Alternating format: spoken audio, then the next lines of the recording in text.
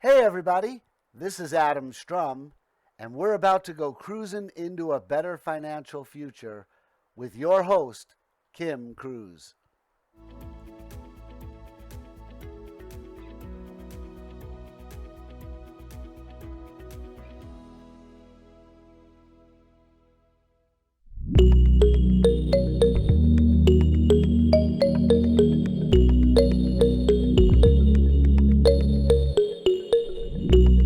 Hey everybody, Adam Strum here, and we're about to go cruising into a better financial future with your host, Kim Cruz. Thanks, Adam. I am Kim Cruz. I'm a wife, a mom, daughter, sister, friend, entrepreneur, and business owner of Cruz Credit Consulting, but not necessarily in that order.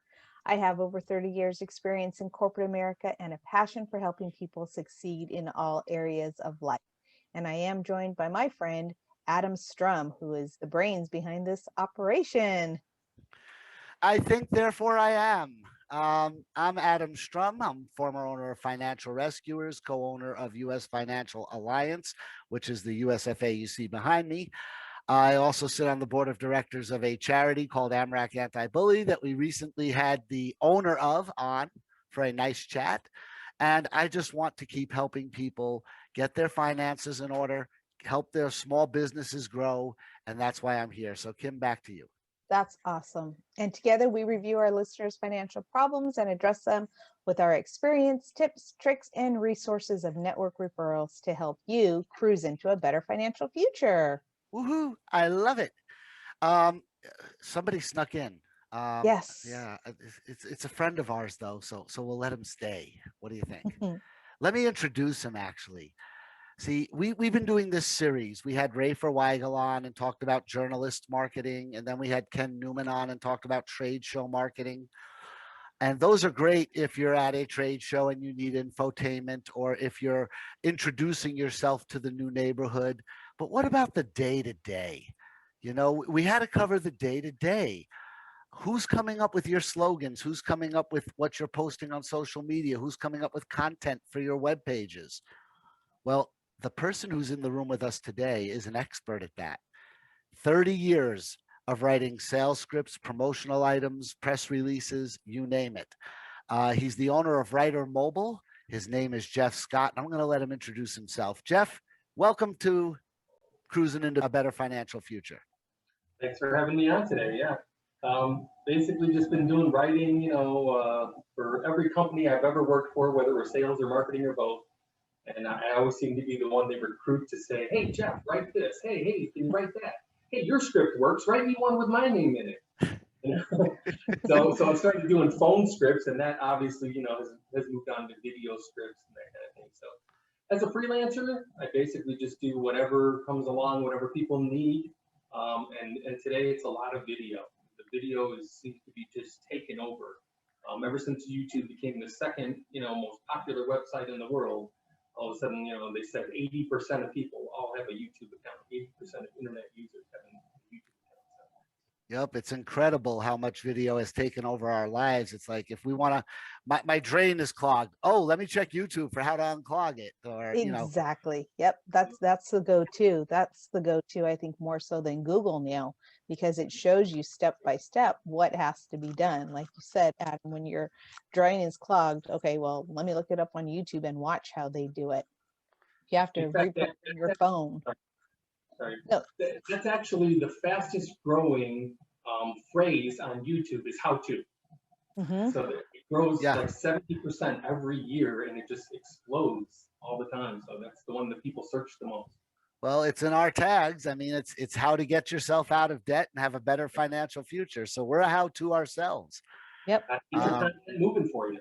Yeah, well, I'm happy with it. I'm very happy with the episodes that we've filmed and released so far.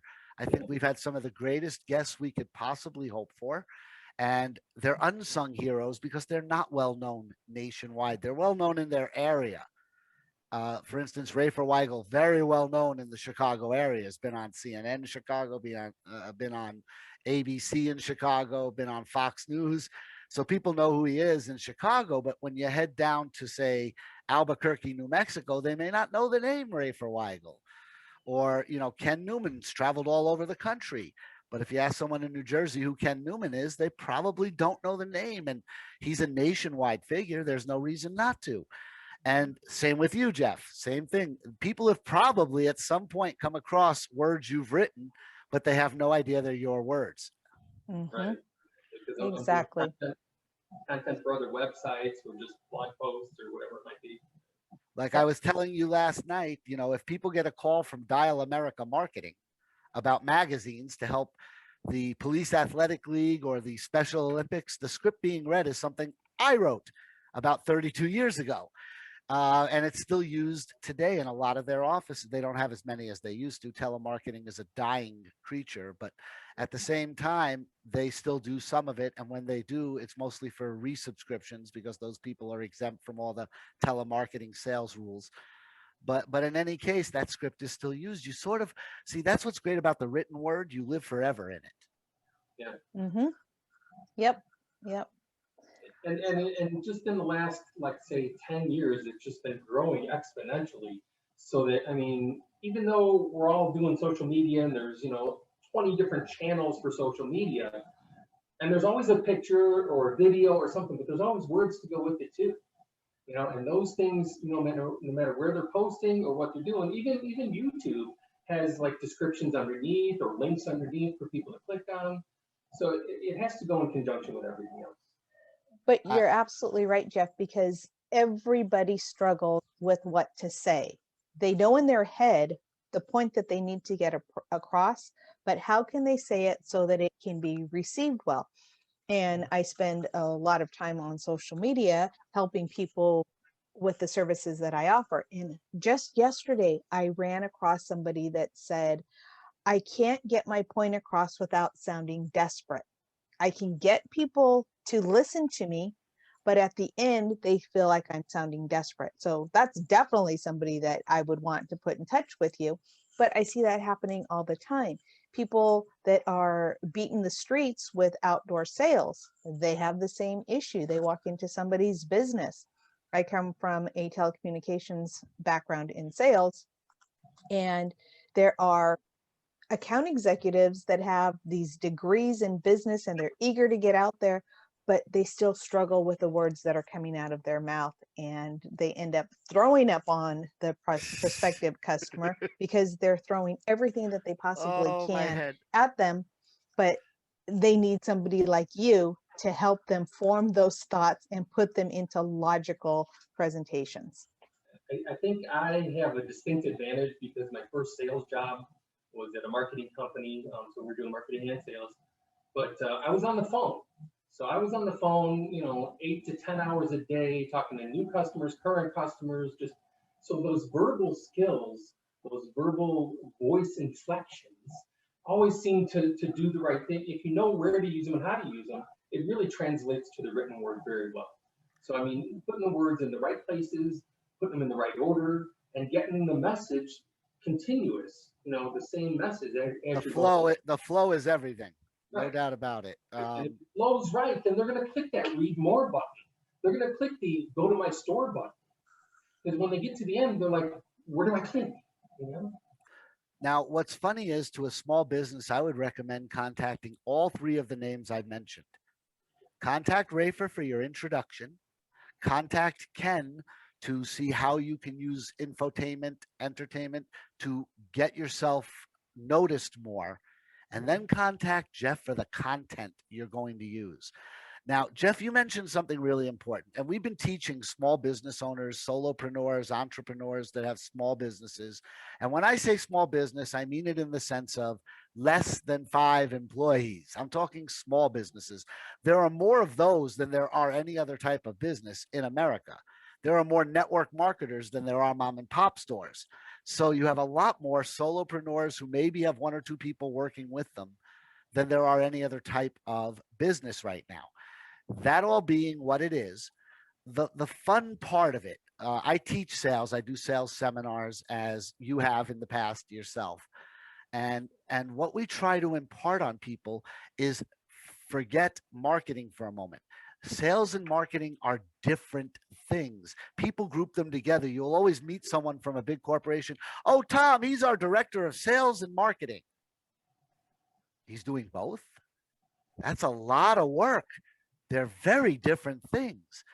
And just to give you by definition, how I see it is marketing is what brings people to you. It's the magnetism. Marketing is how you bring people to hear what you have to give, sell, provide, whatever the case may be, service, item, whatever it is you're selling. Marketing is what brings people to you to hear about it. Sales is converting the person who's come to hear about it into someone who's purchased your product or service. They're completely different animals. They really don't belong together. For me, it's kind of fun to do both. I mean, I have customers who just want me to get the info out there and they'll take it from there. And I'm like, that's fine, Sure. I'll get it out there. And that's what they do. They have all these different content channels to be able to get the information out there. And then when people respond, they go to a landing page or whatever it might be. And that's when the salespeople take over. Bingo. Here's what's funny, Jeff, and let's see if you agree with me on this.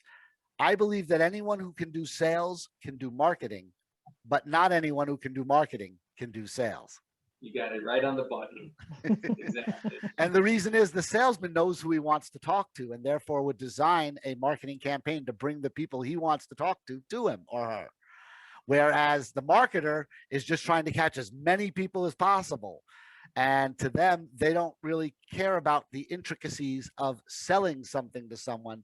They just want to cast this big wide net and catch as many people as possible. And that's not always a good thing, depending on what your product or service is. Is that a marketer has to have the bigger vision because they need to be able to target all different audiences depending on what their needs are. And that's the difference between a marketer and a great marketer, because they're going to go after the wider audience, not just who you think is your target customer. And you know what? It's really important for small businesses. And the smaller the business, the more they need to outsource. I mean, if you have 10 or 15 employees, maybe you have somebody in there who could be a good writer or good at video or something like that.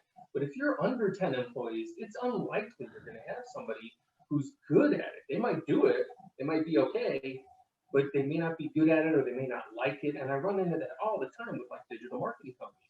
They have people who do it, but the person just doesn't like it and doesn't really do it, as a passion.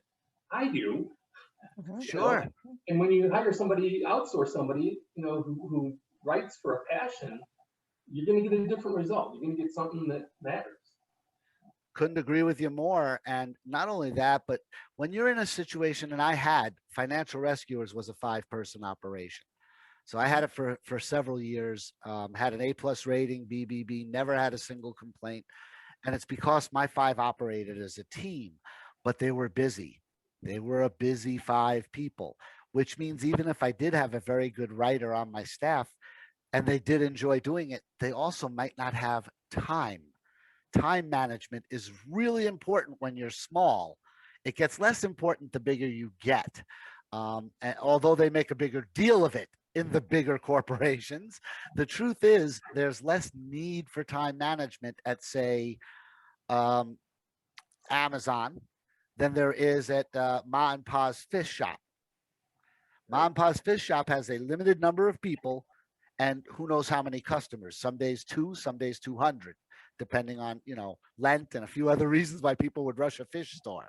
But the point being is very simple. Time management when you're small is so important. And by outsourcing things like writing content to you or telling the story to Rafer or a trade show that you want to attend, but you've got to be there to open the store and manage the 2 people you've got in the store with you, send Ken and his team to represent your product. And not only will they represent your product, but they're going to draw everybody at this trade show by doing, some magic or juggling or other things. We discussed that with him at length. So, these are great things. And yes, it costs a little bit out of your pocket, but what you get back is usually 5 times what you paid. Exactly. So you're going to get lots of leads. I mean, something like that. You're going to get a lot of people who are interested. And once you start working through them, you're going to get new customers. There's no doubt about it. Now, we're changing our format a little today, right, Kim? Yeah, and that's quite all right. I like this. I like the way this is flowing. I like the way the conversation's going. And I have a question for Jeff. what would, and this is really off our beaten path, but what would be one of your most unique customers you have helped? Right at the beginning of 2020, I had a guy tell me he's the president of the Cannabis Hall of Fame in Las Vegas. And I was Okay. like, Ah, really? I and didn't he, know it was a Cannabis wait Hall a of minute, Fame. Okay, and is he, there a Hall of Fame or whatever? Yeah, so he talked about doing some press releases and things just to promote the Hall of Fame, but then he also is connected with a cannabis company here in Chicago, and we did a few press releases for him for that. So it was a chance for me to learn about the newly approved industry, and what kind of products they had and what kind of things they do. That was interesting. That was fun. That was made it more That passionate is for me. awesome. Awesome. And I bet that industry has a whole wide range of people that can use those products and services. Right. He actually referred another person in the industry who did edibles. So Mhm. gummy bears and cookies and coffee and all kinds. I'm like, I didn't know that CBD was in all this stuff. It was an There's something educational pretty trip cool for about you bringing too. on food more. there's more CBD than there is sugar substitutes these days. I'll bet. Growing industry. That is a growing industry. Oh That is yeah. where people Oh are God, jumping on yeah. board. People are buying the CBD stuff too. So it's Hmm. not like it's out there and there's too many distributors or whatever. I mean, there's plenty of product and demand to go around. And those people really do need content. I mean, they're not. Right. No, You, they're. I'm sorry. Go ahead, Kim. no, I was going to go on to a different path, but you talked about press releases Yeah. and writing press releases for some customers. Explain the benefits and tell us about the benefits that a company would get from a press release. Well, I don't know if everybody knows, but press release is basically just it can be a couple of different ways, but it's basically telling either a certain product or just about a company. So either you're bringing a product out and just saying, "Hey world, here it is," or you're doing the same thing, "Hey world, here it is about our new company." But the key benefit really is that once the press release is done and it's ready to roll, you can you can just do it generically and basically send it out to all these guys. But the best way to do it, there's actually services out there that you can outsource that'll make sure that CNN gets it and Fox and all the big ones, that they all get it and get it right and get it to the right people. And I think that's a key thing. If you're going to do press releases, you want to get one of these companies and make sure it's getting to the right people, because you don't want to go into a news source, whether it's AP or somebody small, even a local newspaper, whatever it is, and just have them say, "Yeah, what's this you have to buy?" And you want to go into the right person and hopefully being effective and being reported on by some of these major outlets. And then with your 30 plus years of experience, you know those outlets by heart. You don't even have to think twice of when you see a product or a Right. I service, mean, you yeah. know where it I should know. be.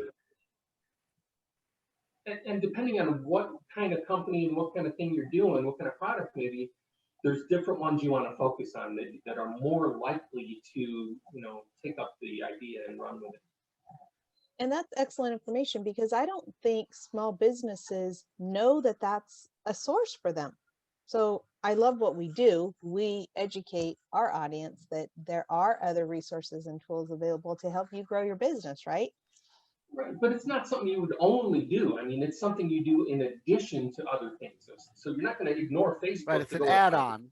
But when you do Exactly. Facebook and LinkedIn and TikTok and whatever, then bring that new product out there and also send it to all these outlets, because you know what? They're on the internet too. They're surfing, they're doing their social media, they're gonna see this stuff.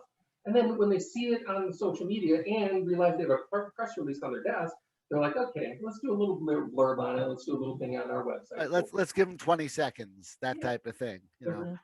And then, of course, there's the fun part of this, which is hearing the unique stories from some of the customers who come to you. And that to me is a lot of fun when I'm doing things like this, when I'm teaching sales at a new company that wants its 3 salespeople to be efficient and learn how to relate, because I teach emotional selling as well as hardcore selling. There's sales boot camps all over the country to learn how to sell anything to anyone. And the Mhm. truth is, you can sell anything to anyone if you have the right tools in your tool bag. Right. And one of those tools is someone like Jeff Scott. There's no doubt about it. Um, one of those tools is Ray for Weigel. One of those, it's about getting your story right. And although you may have it right here, translating from here to here doesn't always work for everybody. I've trained hundreds of people how to do sales and different sales techniques, the empathic sale, the technical sale. There's about 17 different types of sales techniques. Some of them blend with others, some don't. That is the menu. But most people who own businesses don't have the time to sit down and do an empathic sale. They take longer. And some of your customers will need that empathic sale where you relate to them and where they're buying you, not necessarily the product, even though the product may be something they need. So, that's why it's so important to have help from someone like Jeff who understands how that works and can translate it into the written word to be memorized and regurgitated, or the written word to be on the wall as a slogan or in an article or on your Facebook or Instagram or YouTube channel or wherever you're going to put it. It's really great when someone is not bogged down by the 30 other problems going on in their head and all they're concentrating is the words for what you need. The power of words. Mm-hmm. I So that's, love that tab, and I love what's inside of that tab. So go ahead, elaborate on that. yeah, that's kind of my slogan. I mean, really, and I touched a little bit on this with the cascading, version of the sales message or just the promotional message, whatever it might be. But that cascading and that placement of words is what it's all about. And my slogan goes, use the power of words to raise your bottom line. And that's absolutely true. If you're using the right content in the right order, in the right way, you're gonna raise your bottom line. There's no way around it. I mean, if you're doing it the right way and you're really placing it the right way, and you're using your different content channels, you're not just doing an article here or a Facebook post here. I mean, you're doing them all, whether, I don't mean like 8 different social media sites or something, but you pick 2 or 3 for this month, and then maybe you'll do a different 2 or 3 for next month, something like that. Sure, Mhm. sure. The power of words has been around for ages. I mean, think about it. We're going back to Aristotle or whatever, Mhm. So, but it really, I mean, even going through the ages, coming through, I mean, just things people have said, people like George Washington and Thomas Jefferson, Abraham Lincoln, all these guys. I mean, those words have stuck around and people remember them. Fourscore and whatever. Okay, so let me see if I understand, and correct me if I'm wrong. But if I called up Kim and said, "Hey Kim, I have an opportunity to show you. We're having a meal on Monday, and I think you should be there." That sounds kind of sketchy, right? But if I tell you, I just found this great new thing, and I'd love to tell you about it at dinner on Monday.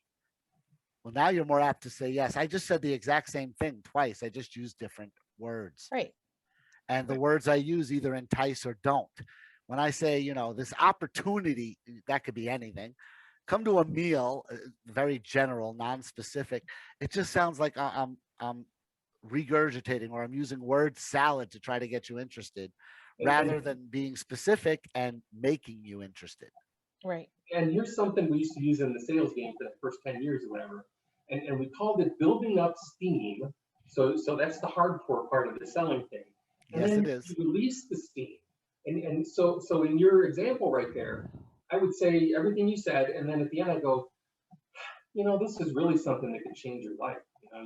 So you're going to be there, right? Or Kim was teaching a sales seminar just last night, and she made a good point, which is obligate them to bring something, whether it's for the whole group or even just for themselves. When you give them a task, it sticks in their head, and they're like, "I've got to be there." They even told me to bring pen and paper. It solidifies the date in their head as something that's important enough that they have to grab a pen like this one, and they have to grab a pad like that, and they have to be there. And so you just want to create that little sense of, if you create too big a sense of urgency, you can turn someone off. But just a little something. Hey, we're all getting together about this brand new business opportunity I heard about on Monday night. And I want you to do me a favor because I'm a little short on it. You know that incredible guacamole you make? Could you bring a tub of that? I'll supply the chips and the drinks, but you bring the guacamole so I have a way of introducing you to all my friends that are coming that are already part of this and making money. Right, and Exactly. you know, with your other example, you're like, oh, well, can you bring you know, pen and paper or whatever? Make sure you bring this or that. Um, you mentioned emotional selling. Well, that kicks off the creative part of people. Mm-hmm. So, well, here, just bring something, you know, like a show and tell type item or whatever. But now they have to think and say, what would really make them look twice when I bring it? You know? So now you're stimulating that creativeness in person. So now that, you know, once you do that, they have to go because now you know, Right, I'm gonna you've good. You know? subliminally obligated them to be there because you can also say something like this. You know that story you always tell me about when you made the move from Philadelphia to New York City? That story is so great. And I really want these guys to hear that story because we have people in our new business that are moving from one to the other. And they should hear what you went through before they make that change. So I want you to be there Monday, even if it's just for the first hour, just so you can tell that story. Well, now they're hyped. They're not only want to be there and obligated, but they're also hyped on being there. Right. So, there's lots of ways to create that urgency.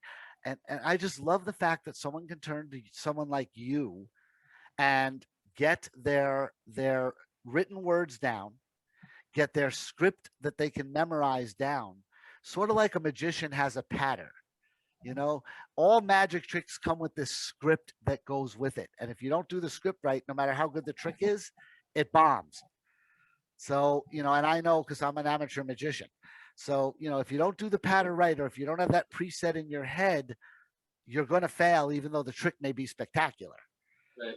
Same thing goes with any type of sale for any type of business, whether it's sales, retail, whatever it may be. If you don't know your pattern, if you don't have your written words in order and then ingest it into your mind, you'll get tongue tied. Once you get tongue tied, you're no longer the expert. And when you're no longer the expert, most customers get disinterested.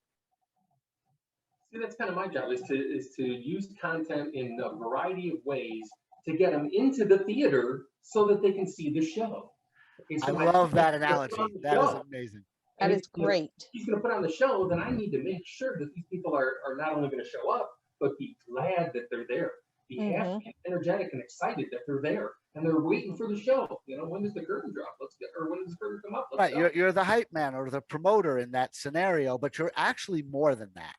So I just want people to understand that there's more to it than just hyping or promoting, because you're also imparting, you're also teaching through your written words.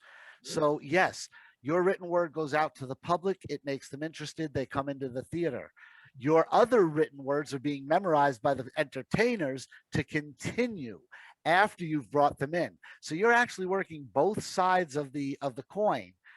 But it's up to others to pick up the ball and run with it once you've done the hype side of it. Your words are still there, but now they have to learn how to use those words to their advantage. Right. Exactly. So that's the fun part for me. That's the passion part for me, is to see that develop and work. And a good example is a guy who, right at the beginning of the whole COVID thing, he he's working from home and doing things, and everybody's at home now. So he does home theaters. So just like a lot of people, who are at home or working their landscaping stuff, they're also looking at entertainment wise. So he had me do a really fun promotional email, and timing it so that he's doing a special offer for people. And it worked out great. I'm sure he's getting tons of people from it because just letting these people, he's targeting his exact group of people who can afford a $3,000 home theater or a $5,000 home theater, and telling them who he is, where he comes from, how credible he is. That's just to get them started reading. And by the time they get to the end of it, they're like, I gotta call this guy. I gotta see what it would be for my family or my living. And that's Exactly. where over, and that's where I let them go. Just say, hey, That's exactly what makes it fun. That's what makes it fun, is the individual stories that come out of these things. And so I understand that. I've done a little work in that field, and Kim is doing work in that field as we speak. Kim is currently involved in several network marketing groups, Oh, and she's running up, not elevating, but running up the ranks. I mean, very rapidly running up the ranks of both of the network marketing groups that I know she's spending her time in. And I support it 100% anytime I can. Last night I came to one, and Kim is getting better and better and better. I wish people would go and view her videos about Credit Cleaner, which is a family business. It's an amazing, different way of doing credit repair than, say, the Lexington law models and other models out there. And it's also a great business opportunity if you just want to help your neighborhood and you don't want to do sales and marketing and telling the whole world. If you just want to help the people around you, it's Mm-hmm. a great opportunity. Now, I don't plug things mercilessly very often. I'm plugging this because there's no upfront cost to the person who wants to get involved. See, I'm not trying to make a sale, I'm trying to make eyes open. Come take a look because you don't have to pay anything to get involved. right. Those are my favorite opportunities where you can start without any risk of anything. Nice. The power of words, right? He just I just perfect I just example. chose those words very carefully, with absolutely no risk, and not because you get a refund if you don't like it, but because you never had to spend the money up front to begin with. Exactly. So your ROI is through the roof when you make one sale. And Yeah, actually, you just refer them. You don't even make the sale. So exactly. You don't. that's a They whole have. other talk show. Literally, a whole Yes, other it talk is. show. But again, I highly plug that only for one reason, and that is, like you said, you don't have to sell. You just have to gather some information and Yep. then have the sales expert call them. And you don't have to pay anything to become part of the network, which is incredibly rare in network marketing. There's Right. usually some upfront cost in order to hook you in. Right. So, Jeff, let's get back to you. All right. What is your favorite type of business to do business with? Probably just digital marketing companies because they're doing a variety of different projects, and a lot of times they get overloaded and need to outsource some of it. So if I can work with 5 or 10 or 20 different digital marketing companies, I can do video scripts for one, I can do blog posts over for another one, I can do articles for another one. It really helps. I guess variety is my favorite. Just being able to do multiple different projects. And those guys are the ones that connect with everybody else. So it's kind of a middleman thing. I guess if it was the just a one-time thing, it would probably be the cannabis industry. That's fun. I mean, those guys they're Makes aggressive. sense. They're new. They want to. I love the excitement. The passion that they All right. Last question from me, and then Kim's going to go. have. Okay. Now, I'll give an example also if needed, but what's the biggest blunder you've seen somebody else make using the power of words? But have Yeah, you I'm ever trying to seen think. a slogan or some sort of marketing wordage that just made you go, that's horrible. I wish they would have called me.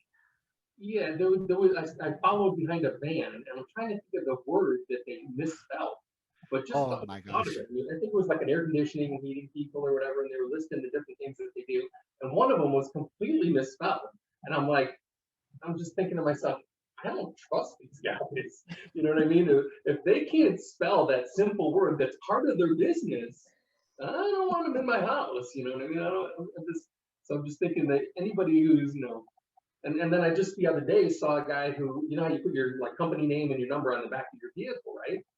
This guy had a pickup truck, and for some reason, and I don't know if it was like a marketing genius where he tilted it crooked, okay, and I'm like, Okay. so people would notice, or did he just like not bother, care, which way it was and just slapped it on? That might be Oh, brilliant, but not on the back of a truck because you got drivers behind you that are going to go while driving, and that throws your perspective off. And if you're doing 70 miles an hour somewhere, that could get dangerous. or I people with think it's a OCD are pretty going to good be having option. anxiety attacks just looking at something like that. I mean, it is genius to a way. It draws your eye to it because it's different, but I'm not sure that's the right venue for it.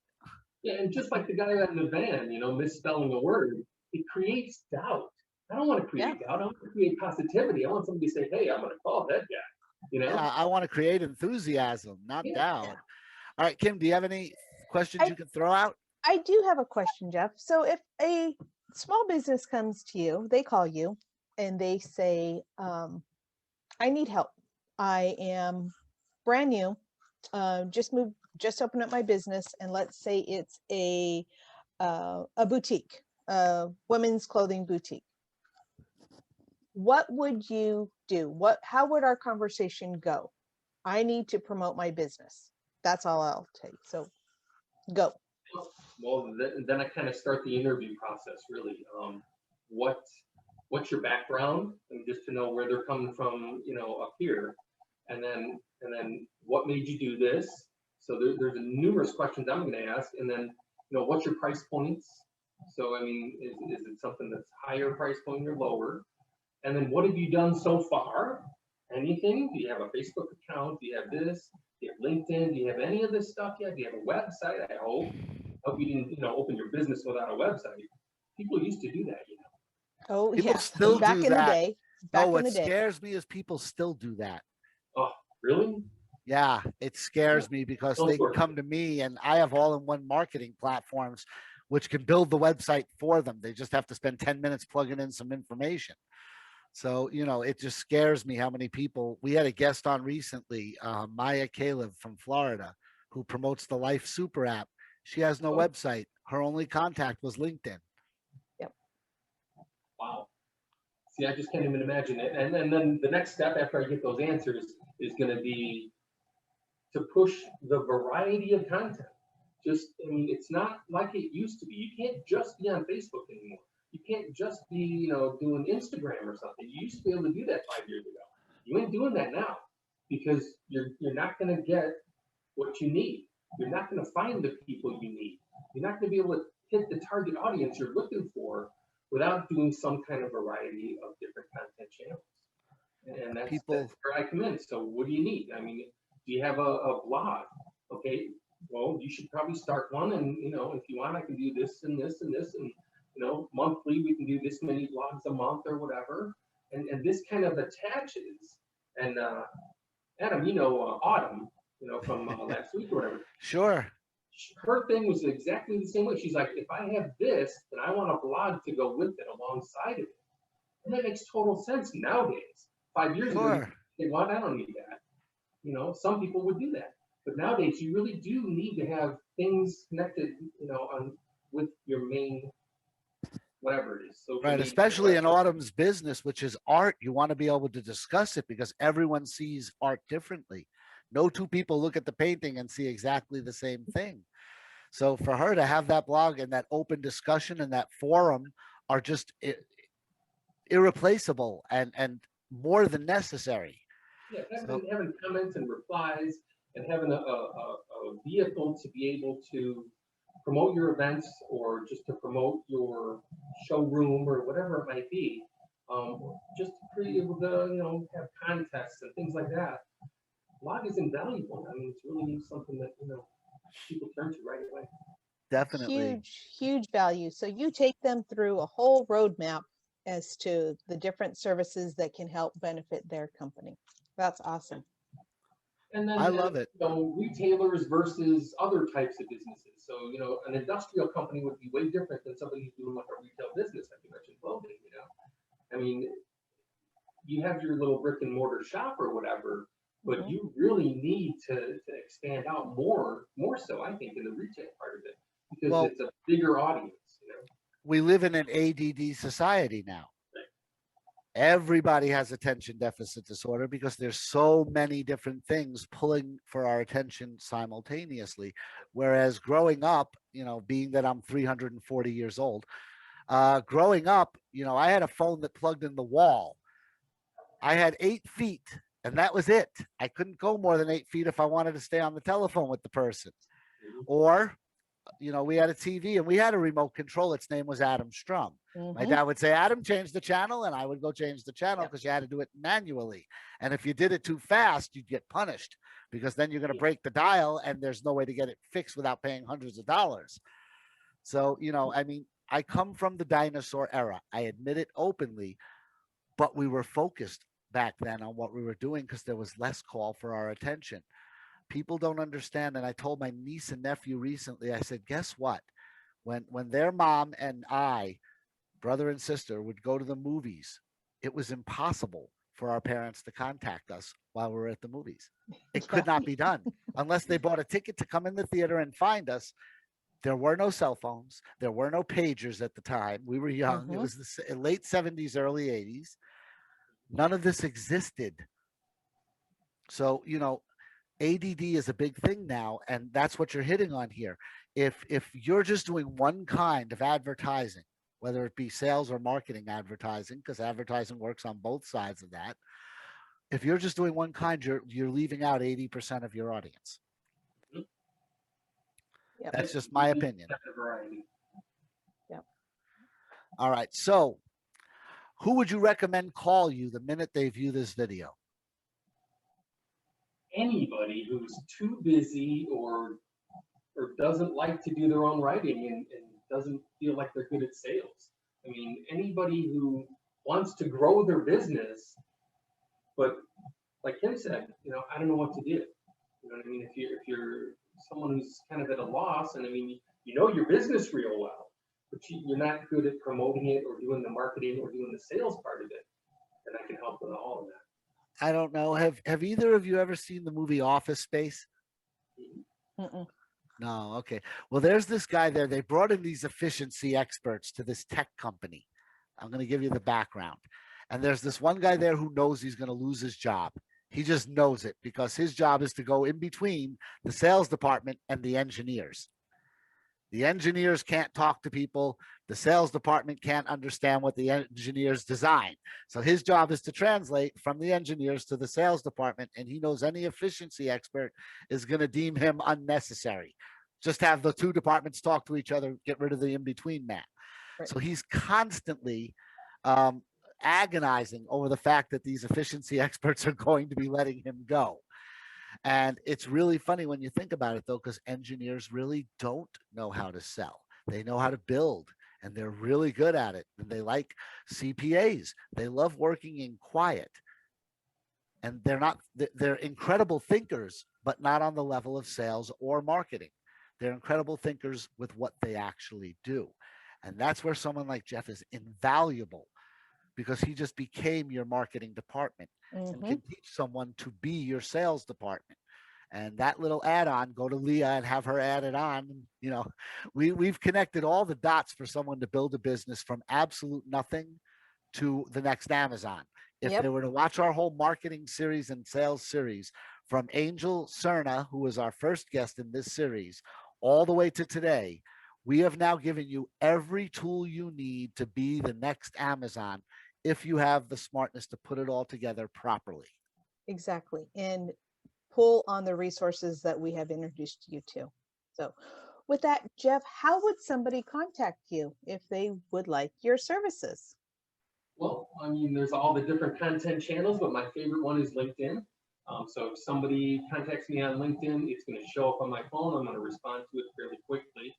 And but email is jeff@writermobile.com. And of course, the website, writermobile.com. So I'm going to make sure all of that is in that description box right below where my finger is. And it's funny because when I come up with the name, I really didn't, I just like the name of it, and Writer Mobile being mobile, like the whole world, I can serve the whole world, because as a freelancer, it doesn't matter where I'm at.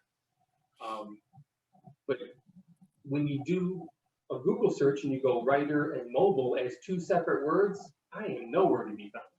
But when you put those two words together as one, I got the whole first page.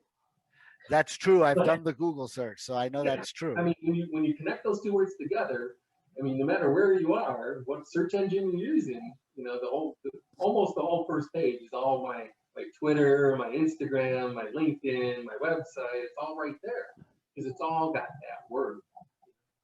That was brilliant, and that is the perfect example of a word.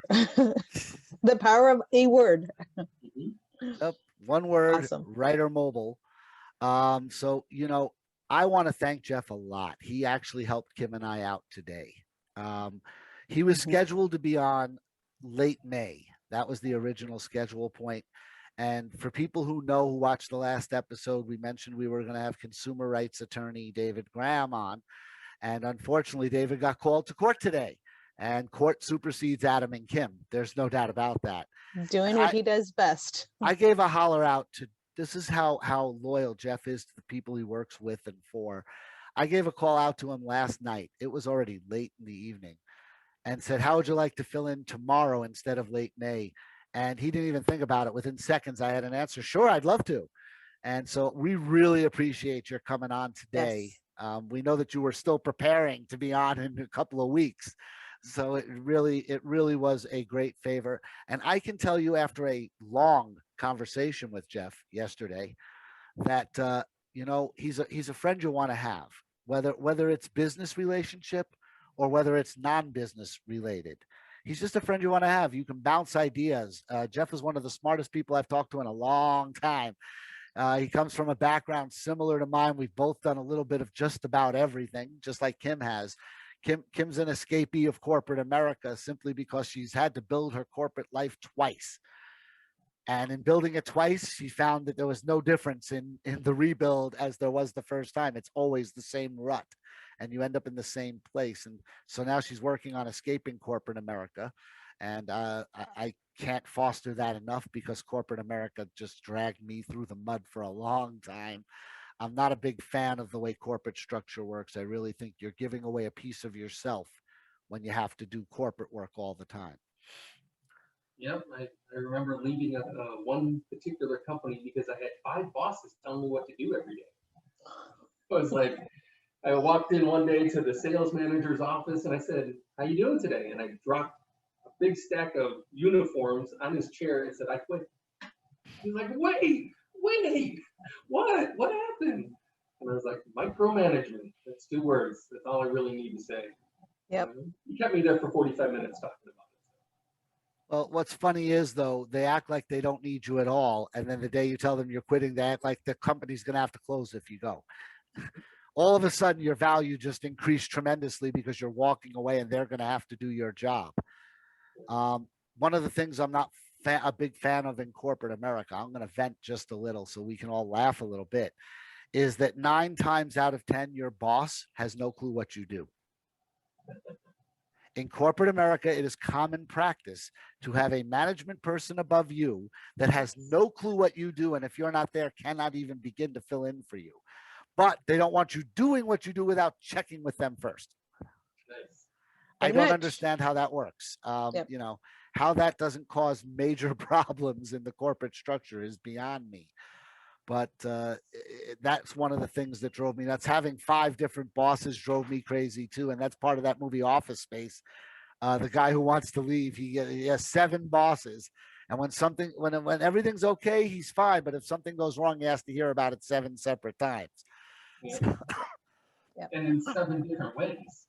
That's what was getting me. Right. One guy's telling me to do this, one guy's telling me to do something else, another guy's telling me to do that. And they're all mad at you if you're not doing what they tell you to do. I'm going to shake the magic 8 ball here and just pick one. I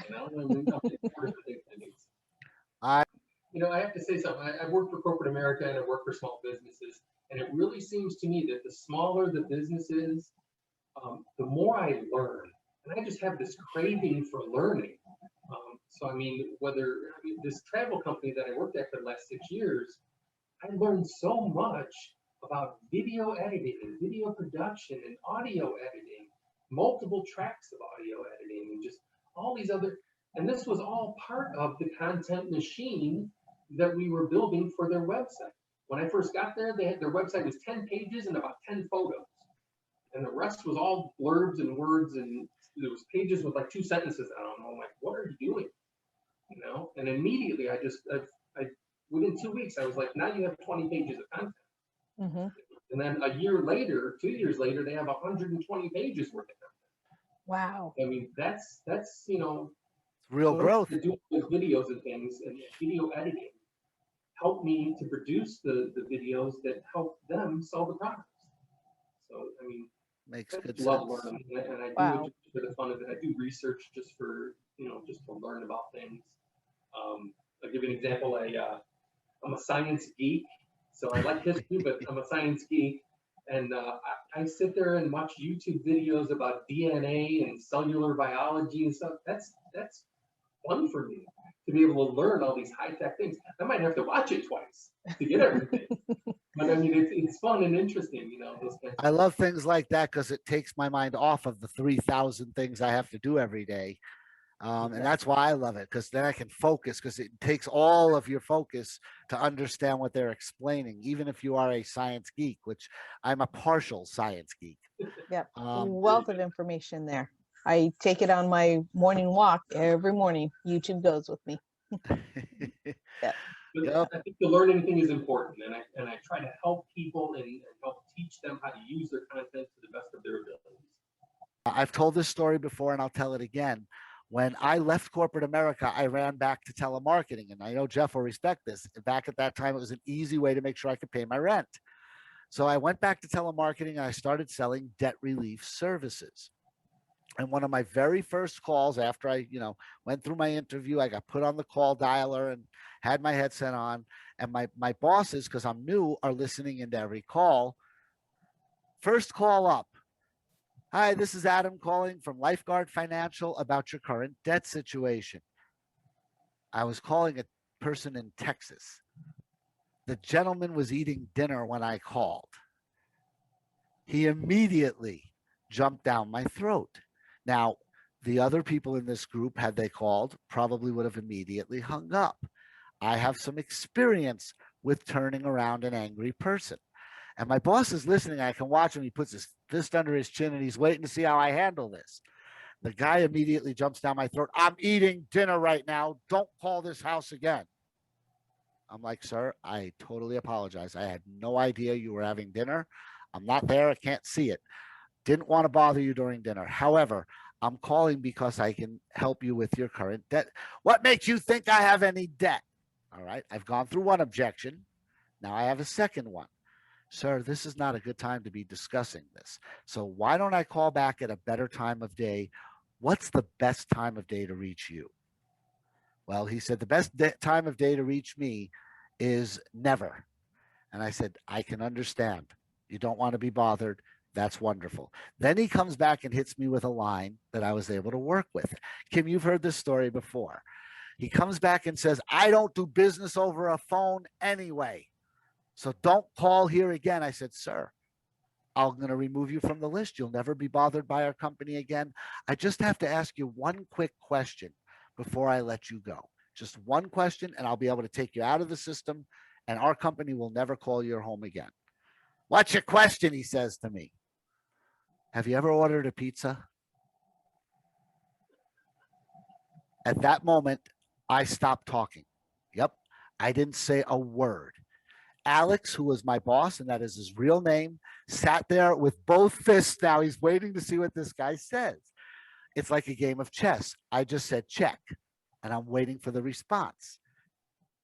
About a minute, which felt like 3 years, he says, yeah, what does that have to do with this? I'm like, so you do business over a phone if it benefits you. I can save you about $17,000. Is there a better time I can call you so that you can save that money? I ended up calling him back 3 days later at his request. I sold him. He graduated the debt relief program. And to this day, and I've shown it to Kim online, I get a Christmas card from this guy every single year. So fear of rejection needs to go out the window. There are ways to handle rejection without becoming angry, without battling the person. I stayed calm. I didn't fight with him. I just let him talk himself into coming closer, like you do with a dog when you put your hand out. You don't go chasing it, it will bite you. You let it come to you little by little. Once it sniffs your hand, then you can touch it under its chin. Then it'll let you touch its head. Same with a potential customer. You have to lure them in slowly. If you bat them over the head, all they're going to do is run away. Right. So, that's my sales lesson for today is be patient. Don't be discouraged just because you get one no, two no's, three no's. Every no gets you closer to the yes. For every 10 no's, you'll get a maybe. For every 50 no's, you'll get a yes. Yep. For every 10 maybes, you'll get 3 yeses if you handle them properly. That's the odds. That's that how. goes back to the words. It goes back to the verbal words translating into the written word for content. I mean, Bingo. you just had a great example of the verbal words, and I'll bet that it mattered how you said those words, and that you didn't have the same bark back attitude he had. You know what I mean? You barked Exactly. I was inviting and he was barking. So, the whole point is let him bark. That's just his anger and frustration coming out. It's not you. He doesn't know you. He can't be personal. There's no possibility of it being personal. Right. Yeah, but even saying the same words that you said may not work. You had to say them the right way at the right time at the right. Bingo. We're right back where we started this whole conversation, which is the right words in the right structure at the right time. Check this one out just for fun. One of the other lines I came up with in that industry, because it's a very specialized industry, the debt relief industry. People would say, I'll just deal with someone local. Ma'am, of course you will. That's the whole point. So tell me something. Where's your nearest McDonald's? And she would always say, down on Highland at the cross street of Third. I'm like, uh-huh. And where's your nearest debt relief company? Uh, uh, uh, I don't know. No kidding. That's because there isn't one within 100 miles of you. So you're not going to go local. So how about you just give me 5 minutes and let me show you how I can save you $12,000 or $15,000 or whatever the case may have been. So, you come up with these over time. You learn, like we said earlier, you learn from your mistakes. You design your objection responses to always be inviting and to always let the customer walk closer to you. Those questions are so important. Yep. Exactly. And what you just did right there was, from the sales camps that we've done in the past, I would call that a trial close. Yes. And when I used to train people, to do sales, I mean, they'd come in, rookies, never sold anything in their life, but I could tell they were a people person. So I'm like, I can work with that. So I bring them in, and there was those two things really was the fear of rejection. They would really have to conquer that. And I would try to show them as best I could how to do that. And the other thing is you have to close somebody. You have to ask for the order. And those are the two key things of any salesperson's career. You have to do those things. And the fear of rejection gets you to the point that you can ask the closing question. Right. And if the two things weren't happening in this guy, the door is right over there. Right, exactly. And the best part is any salesperson who says they're a good salesperson who doesn't know what control with questions is lying about being a good salesperson. When you're making a sales call, the salesman always has control of the parameters of the conversation. And therefore, and this is a really big lesson for anyone who wants to learn sales to learn, when you start your control with questions, no matter what product you're selling, let's say I'm selling eyeliner. Okay, this is a really good example so I can get Kim involved. Kim probably has a favorite brand of eyeliner already, whatever it may be. I'm selling a brand new brand, Adam's Eyeliner. How do I get Kim to leave her brand for my brand? Not so simple, but control with questions would be great. Have you ever been dissatisfied with the eyeliner you use? Sure. With one I use now, no. With The one you AI, use now. Yeah, I know some people really hate the eyeliners they've tried, and they find one they're comfortable with and they stick with it, and they kind of think there might not be anything better out there. Right. But wouldn't it be great if you were able to compare two different ones to see if there is something better than what you're using? Again, control with questions. I just asked a question that's leading her into saying, sure, I could compare them. Well, great. I'll tell you what, for our eyeliner, Adam's Eyeliner, I'm going to give you 50% off for a one-time trial. What do you think? Yeah, I'd try it. I just led her with just 3 questions from the eyeliner she buys religiously to try Adam's Eyeliner. And that's what control with questions is all about. It's all about you drive the car, you lead the person where you want them to go. And if they keep tailing off constantly, you're never going to close this deal. You're spinning your wheels, stop wasting your time, move on. But if they follow you even once in your first 5 questions, that's a closable deal. Right, and like I said last night in our conversation, and what I told many salespeople over the years, is controlling the conversation is not evil. You're not being a bad No. guy. No. You're helping them by guiding them with these questions and by taking them down the route of decision making, not talk, info, about making a decision. And when we get to the end of the road, if that decision is yes or no, I'm okay, because we got to the end of the road. That Right. means I controlled or guided the conversation to a decision. And that's what makes it right. That's what makes it okay. I highly recommend salespeople go back and watch one particular scene. Look up Alec Baldwin, Glengarry Glen Ross, and pay particular attention to the two acronyms he uses, ABC and AIDI. Yep. ABC is always be closing. Closing. From the moment you say hello, you're already working on your close. AIDA is your roadmap. Attention is the first A. Interest, decision, action. AIDA. Attention, do I have your attention? Right? Interest, are you interested? Decision, okay, let's get this done. Action, sign on the line that is dotted. Yep. Those two acronyms will serve every salesperson more than any class or book they can read. Just remembering those two acronyms and remembering what they mean and how to apply them will make anyone a success in the sales game if they learn them. And the cool thing is, as a small business, they can translate these sales things, these techniques that we're talking about, to promoting your business. Yes. So Yes. not Yes. just promoting and not just selling your business, but really just taking it to the next level. To take it from, I'm a struggling business, I feel like I'm in the mud, to, hey, now we're getting somewhere. Because Exactly. you're guiding things in the right direction. All right, we're going to have to sign off, but we're going to miss you, Jeff. This was fun. Yes. Thank you so much, Jeff. We greatly, greatly appreciate you. You offer a wealth of knowledge and value to our audience. And I know they're going to be reaching out. So we appreciate I have you. no Yeah, doubt. appreciate it. And it's been a wonderful discussion. It's just been fun. We like to have fun when we can. And today was definitely fun. But the most important thing people get out of this is that, you've heard that old country song, all the gold in California. Well, all the words that can help your business are at WriterMobile. All you got to do is get in touch with Jeff to find out what they are. Yep. And his information will be at the end of this video. So yes, it'll be down in that description box. And Jeff, I'm sure I'll see you probably tomorrow night. We met at a networking event, and it's one that is every Wednesday, and I'll probably be there tomorrow. So hope to see you there. And Definitely. I hope you had a good time. Yeah, definitely. And thanks, Kim, for all your input as well.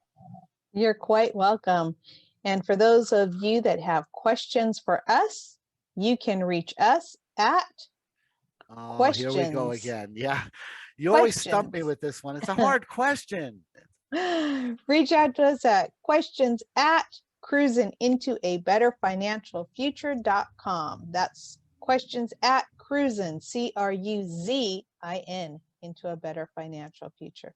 Yep. And until next time, we'll be here to help you cruise into a better financial future. Yep. I knew that one. Yay! I'll do the Kermit the Frog. Do the cruise. There you go. You guys have a great afternoon, and we'll see y'all. We're doing another episode this week. We'll see y'all later in the week.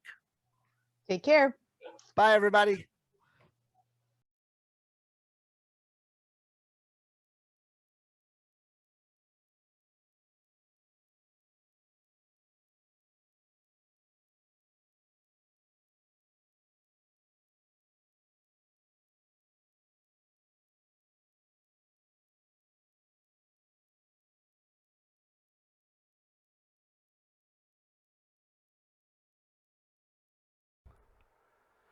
Thank you for being a part of Cruising into a Better Financial Future. Don't forget to hit subscribe so you don't miss a future episode.